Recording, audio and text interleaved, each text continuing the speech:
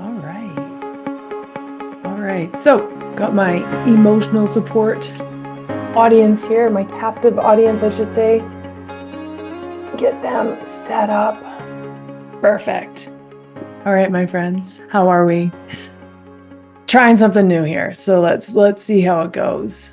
So solo cast, and let's just start with, if you haven't listened to any of my episodes prior, just go back and listen to them, and you're going to get little snippets of everything about me and ideas and concepts of where I stand and who I am. But I realize that I haven't really let on as to who I am. I haven't introduced myself to my audience. And that's okay. I actually don't like talking about myself. I like being a storyteller. And if the stories involve me, then that's how you learn about me. However, sometimes that just doesn't allow for any of this to happen. The other thing I am going to mention is I've got some great courses out there, Podcasting 101, and then Communicate with Confidence. And we're going to understand, like, communicate with confidence is where I know that we need to start in order to get to what I'm passionate about, and that's encouraging others to become advocates, be it advocates in their own life or advocates for themselves, for others outside of themselves, into the community, the environment, maybe even just for their kids or their kids' friends, but becoming that person that in the end, traditionally, we called them role models. We called them idols. So let's return to that. Let's start idolizing the people that are making a difference, not the people who are just like wearing the coolest shoes right now, because that changes so quickly. So who am I? Who is Lisa Szabon-Smith, and why are you so damn arrogant to hyphenate your last name? I hyphenated my last name. I'm a Szabon. Yes, the Z is totally silent. I hyphenated because at that time that I was getting married, we did not know of a single other Szabon in all of Canada. My entire life's mission as a kid was to get our last name. I was full of pride to get our last name known, spoken of in households, to be said at least once on television, and for people to finally, God willing, to be able to say the last name properly. The bastardizations that I've received is insane. Zabon, Shabon, Shavon, Sabo.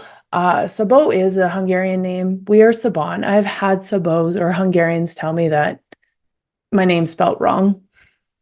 And yet when I went to Hungary and wandered the streets of Budapest, we would come across apartment buildings that had like the list of the rooms and the conference call pad numbers, and there's Sabons on there. So I can take it in authority that that is a name. However, it could also be that as my grandparents left Hungary and the Ukraine and came over into Canada, their name was transcribed so that maybe they were Sabo and now they're Sabon, just the way it got spoken, transcribed, etc. We know that has happened with hundreds of other family names. So that's a possibility. But anyways, back to the point. Why did I hyphenate? I wanted to hold on to that last name. I wanted to make sure that that last name continued. There are no boys in my family. We did not know if there would be any other Sabons in Canada. We couldn't find them. And I don't think there actually are still. Yes, Szabon won't be passed on to my daughter. However, it's there. And doing so, keeping that last name has proven highly beneficial, especially during the 2013 flood when we were all given disaster relief program numbers.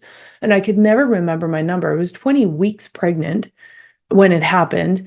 And I mean, there's a lot going on, emotional anxiety, highs, lows, all of these things.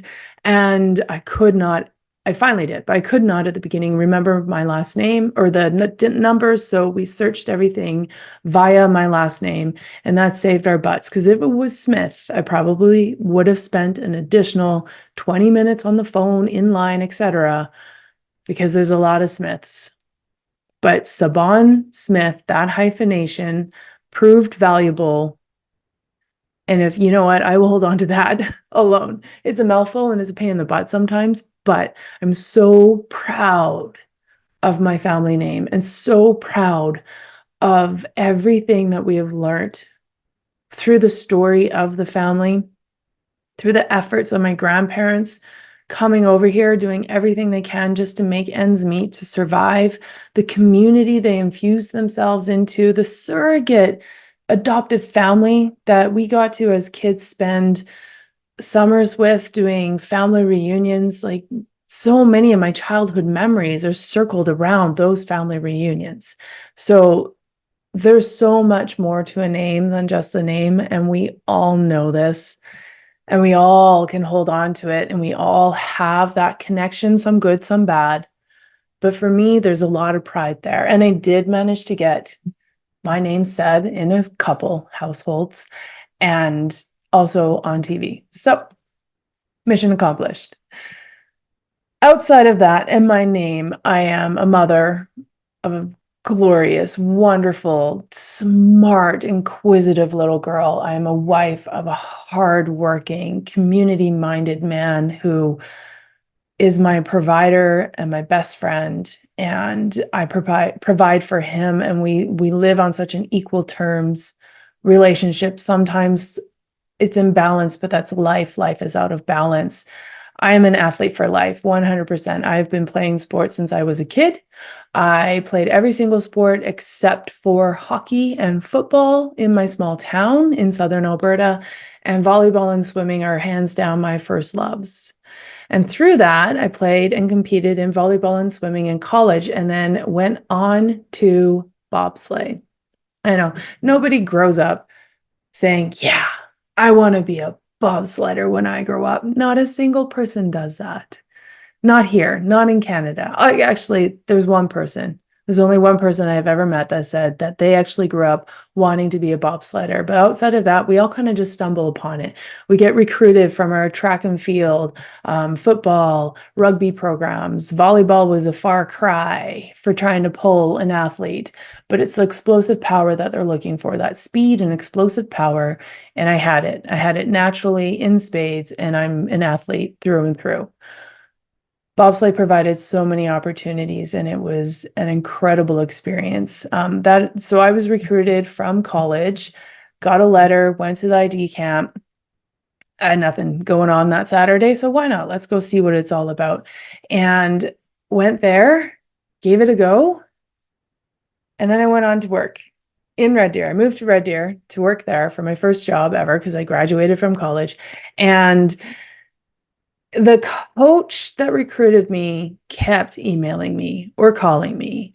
You got to come out. You got to come out. I'm like, dude, I'm grown up now. I have a real job. I don't need to do bobsleigh. But he never left me alone. So then I did move back to Calgary, got another job. Red Deer wasn't really my place. And upon heading back to Calgary, I reached out to the coach and I said, like, look, okay, I'm in Calgary now. When's your next ID camp? You're going to see how fat and out of shape I am, and you're going to leave me alone, and you'll cross me off your list, and then we're done. I went to the ID camp and I started training with the national team the very next day. And I had nothing going on. I was bored. Let's do something. I worked. And then, like, as a 20-something-year-old, what do you do in the evenings? Anyways, so went on and did that. Trained all summer with the national team athletes, a section of them, and loved it. Loved the sprint training. Realized I had no idea how to run. Sitting in your back seat while running is not fast. So there was a lot of learning and rebuilding there. And then the weight rooms, the lifting weights, the getting stronger, the way my body changed. Fat and lazy was no longer how I described myself. The confidence that started to come out and build and get bigger and better, and return to that confident 16-year-old. I was like, yeah, let's take on the world. Let's go. It led me to so many great opportunities. And then through that process, through that summer, the coaches saw something in me that did not put me in the backseat of the sled. It made me skip the traditional process of being a brakeman first. And I moved, and I was a pilot at the very beginning, was only a brakeman for our driving school or to help a friend or two out here and there. And yeah, as they say, the rest is history. I competed in bobsleigh. I represented Canada on the international stage. I was on the World Cup team for a collection of years. I was on the Europa Cup team, which is one step down from World Cup, hit podiums. It was a fabulous experience and I gained so much. But what I gained most was realizing my level of character, my work ethic, which is like through the roof in comparison to a lot of other people, and my understanding that when I am passionate about something, there is no stopping me. And that when I am in a position of being able to elevate and encourage others around me, that is when I thrive. That is when the best of me comes out on all levels. Bobsleigh didn't always put their athletes in those positions. Sometimes we didn't realize that we had the opportunity to grasp those positions either. However, hindsight 2020, we know how it goes. So yeah, it is a experience that I will always go back on, that I find relates to so many parts of my life. And it is an experience that, short of another one in high school, that really pointed out I have this natural advocate within myself, this natural desire to stand up for or represent or, in essence, fight for what I know is possible and I know what is right. So that's who I am. I'm a believer in liberty, freedom, autonomy, self-expression through creation, being creative, being able to just get all of that out through the athletic flow or through a creative flow. In the end, most athletes are artists. Most of them are closet artists, but it's because we self-express one way or another. And I am 100% a believer in hope. Hope is not,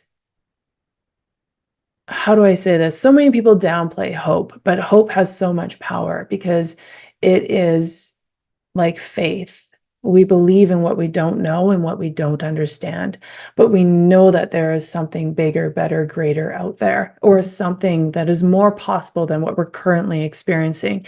And I love that because that's exactly where I operate from. I joined bobsleigh because there was a passion and enjoyment, a curiosity around it, but there was also a little snippet of hope that maybe my Olympic dreams as a youth athlete could be realized as an adult athlete. And I was so close, guys, so close. And there's so much politics and broken sleds and everything else along the way that kind of got in the way, but put me exactly where I needed to be able to lead by example, to encourage the young athletes and to show that we can miss an opportunity, but we can still walk through it with so much grace. And we can still be in that experience of what we desired to be a part of.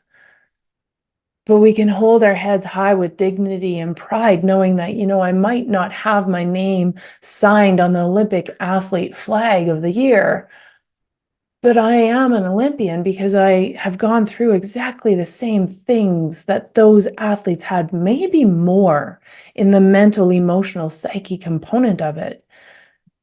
But I've put in my time, I did all the steps, and I'm still able to say, you know what, I went there and I was there and I represented my country, but more importantly, I represented my town that supported me and urged me along and funded me to be there, to work hard to get there as close as possible. And it took 15 years for me to realize that there's no shame in the outcome that happened.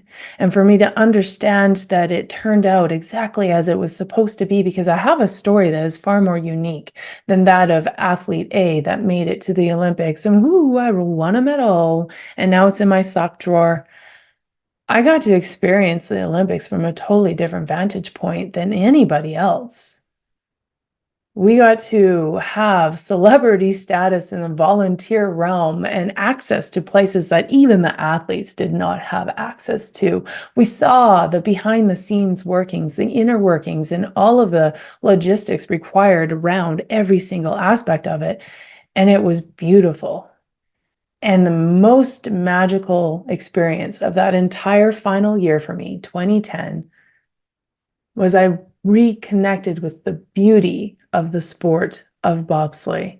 There was no longer expectation. There was no longer, you need to rank at this point in order to get over here. There was no longer coaches shaking their heads in frustration because you had a bad training day or a really bad race day. There was no longer teammates creating infighting and backstabbing, bickering behind the scenes, making the experience of being a part of some sort of team really horrible because you're not acting like a team. In 2010, we were the development team, but we were the most effective. We were so strong and we were so connected and we elevated and supported each other. And I had an opportunity to kind of dabble my fingers in that coaching experience and guiding these younger athletes onto what are you struggling with on this corner? How can I help you? Let's see if we can set up your sled a little bit better. Or what's going on? Why are you down? Let's figure it out. How can we pick you up?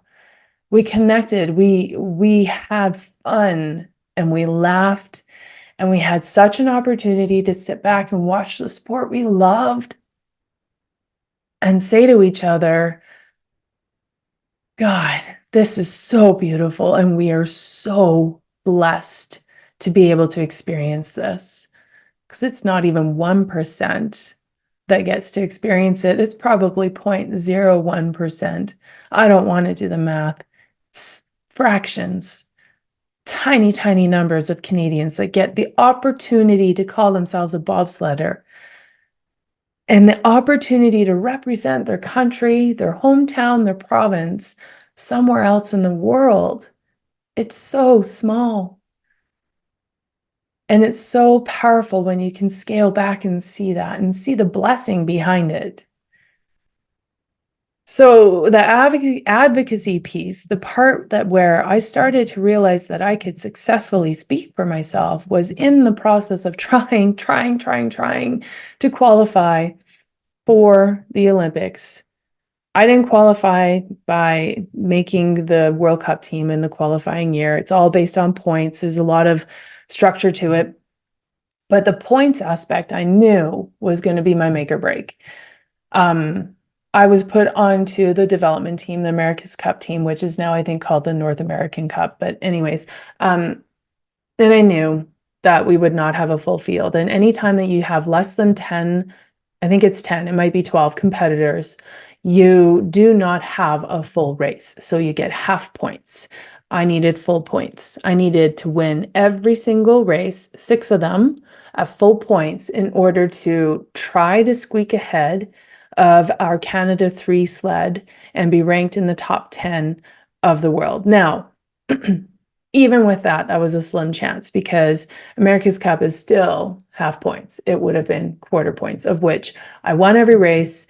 I got quarter points.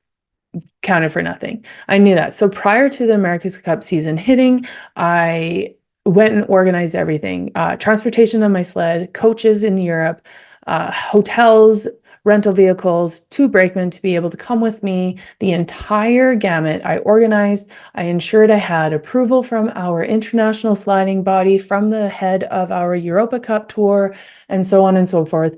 And then took it all to my association, my federation, to ask for them to release my sliding license among the license of the 2 brakemen that would be sliding with me so that we could go overseas, compete on the European tour, and get full points, of which would quite potentially put me into the top 10, which would qualify me to go into the Olympics as Canada 3 for our Canadian Olympic team.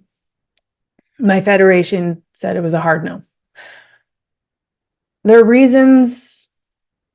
As a parent, I now understand. As an athlete, I didn't quite, but I had to accept it. I was fully funded. I had the money required to be able to do it. But it was a no. So, okay, Europa Cup, here we go. It's amazing how when you realize how much you care about the thing you're doing rather than the result of the thing you're doing, how quickly your mindset will shift. They said no. I was disappointed. I walked out those doors and said, all right, I will beat the boys and I will make sure that I have the absolute best times on record with the slowest brakeman I've ever had, also the lightest brakeman. And sorry, that's a lie. My slowest and lightest brakeman was during the Olympics and in my final two races in Lake Placid. I had a fabulous brakeman at the very beginning. It was great. But we were on a mission to then beat the boys, break my times on all those tracks, and win every race, of which we did. We won the America's Cup Tour, have the trophy to prove it. It's in a box somewhere, tucked away, just like the Olympic medals go in sock drawers for athletes, for the Olympians. And we went on to the 2010 Olympics as forerunners. There, I had the slowest brakeman I had ever had, also the lightest. And bobsleigh is all about ballast. Having a really light brakeman with the inability to add weight where her butt was supposed to be or is, proved to make driving the Whistler track really difficult. However, we walked in there with grace, heads held high, knowing that in our hearts and our minds, we had changed the way that bobsleigh team is viewed. We have changed the way our teammates viewed themselves.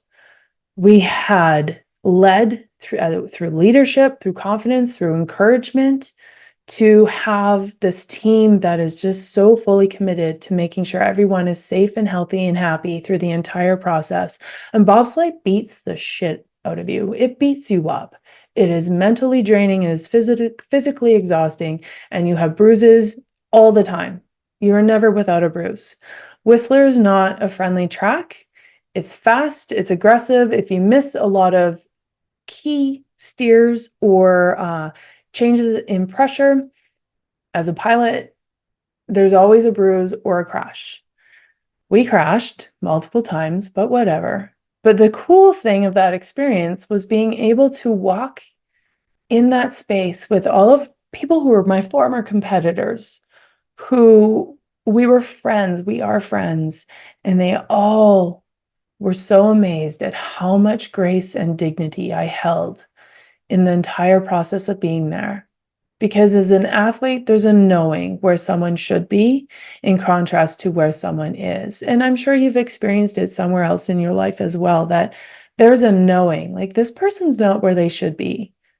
But man, they're handling it so well. And that was what it was. And, you know, it wasn't for anyone else. It was for me to realize that I can set the tone, that I'm in control of my perspective, that I am able to determine my worth within a space, regardless of what other people say. And I was able to showcase leadership, grace, dignity. And that was so massive for me inside my heart. And it was nice to have that reflected back to me from the others. And damn, did we have fun. We had so much fun.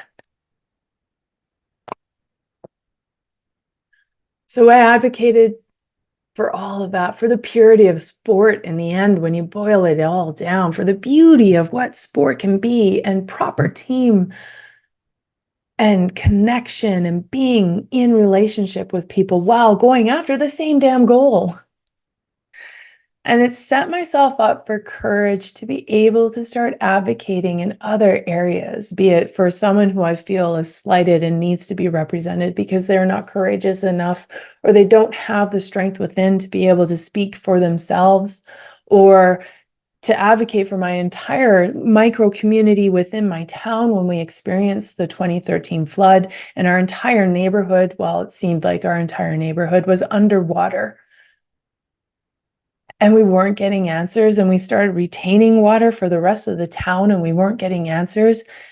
And myself and another were able to go forward and advocate for our neighbors, for our community, and get answers, get forward motion, get access to our home so we could at the very least pull what was salvageable before in our minds it turned to rot because of the mildew that most definitely was going to impact our homes.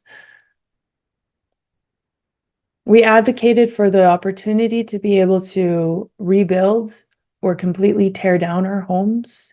My husband and I rebuilt our home. We removed the original, rebuilt a new one on top of the foundation because we were so committed to that community. We weren't leaving. That's where our home was. And I know that if it weren't for arranging and being red flagged in the government system and having conversations with the decision makers in that government system, I wouldn't have received a phone call when my baby was only 3 weeks old that we were approved for a house to be removed or torn down and rebuilt, and that we were going to receive the funding that I was able to showcase we needed to have, the research, the time put in, all of that effort while waiting for our beautiful daughter to be born became worth it. Just like that flip of mind when I was not able to compete or fight to be on the 2010 Olympic team and changing my mindset and being a leader instead, it became worth it. So the seeds we plant sometimes take time, sometimes they come quick, but they turn into things that we would never trade for the whole world. I became an advocate for health and fitness in my town. I introduced moms to a sport that made them realize how strong they are. Olympic weightlifting, it's not something people dream of doing. I introduced it because it was the one thing that I remember from my athletic career, from college to the end of bobsleigh, that was empowering for me, that pinpointed how capable I was to move a bar from the ground to the floor and overhead in one movement with weight. Wow. And to be able to put that wow into someone else who's a mom of 4 kids or a mom of 3, whose husband recently left them, who just needed something that was theirs, that allowed them to know, to be reminded how strong they are within their own realm of capability. That was so cool. And being able to physically lift their weights with them every single time we were in competition, as I stood in the background watching them and cheering them on and coaching. Wow, it was amazing being able to be that encourager. And it's so fun because we saw strengths in them blossom and be pulled out. And then it translated into them speaking for themselves a little bit more, communicating what they need and desire in a relationship or in their life, going after a job that they normally would never have even considered. But if they can do this one thing, then why can't they go do this other thing? And that is the beauty of sport, how it molds the mind and trains the brain into thinking, well, I've done this, so I can totally do that. And if it doesn't turn out, I mean, I've failed at this too, and I'm still alive. So let's keep trying. Let's try something else. And that's probably where that curiosity and courage to just dive in and try a podcast without knowing what I'm doing has really helped, because that sport has molded that thinking, has created that way to make things possible. And for me to have this ridiculous amount of belief in, yeah, all things are possible, especially when they come from the heart and with passion. It's incredible being able to put that courage to speak or the courage to take action into the hearts and minds of others. And I don't know if anyone will ever understand that until they start seeing it for themselves. And I know that we all have that power. We all have that ability to take that courage and take that curiosity and pass it on to other people. We have that ability and that gift to put creativity, problem solving, connection, the right way of dealing with humans in really emotional, tricky human behavior moments. We have that.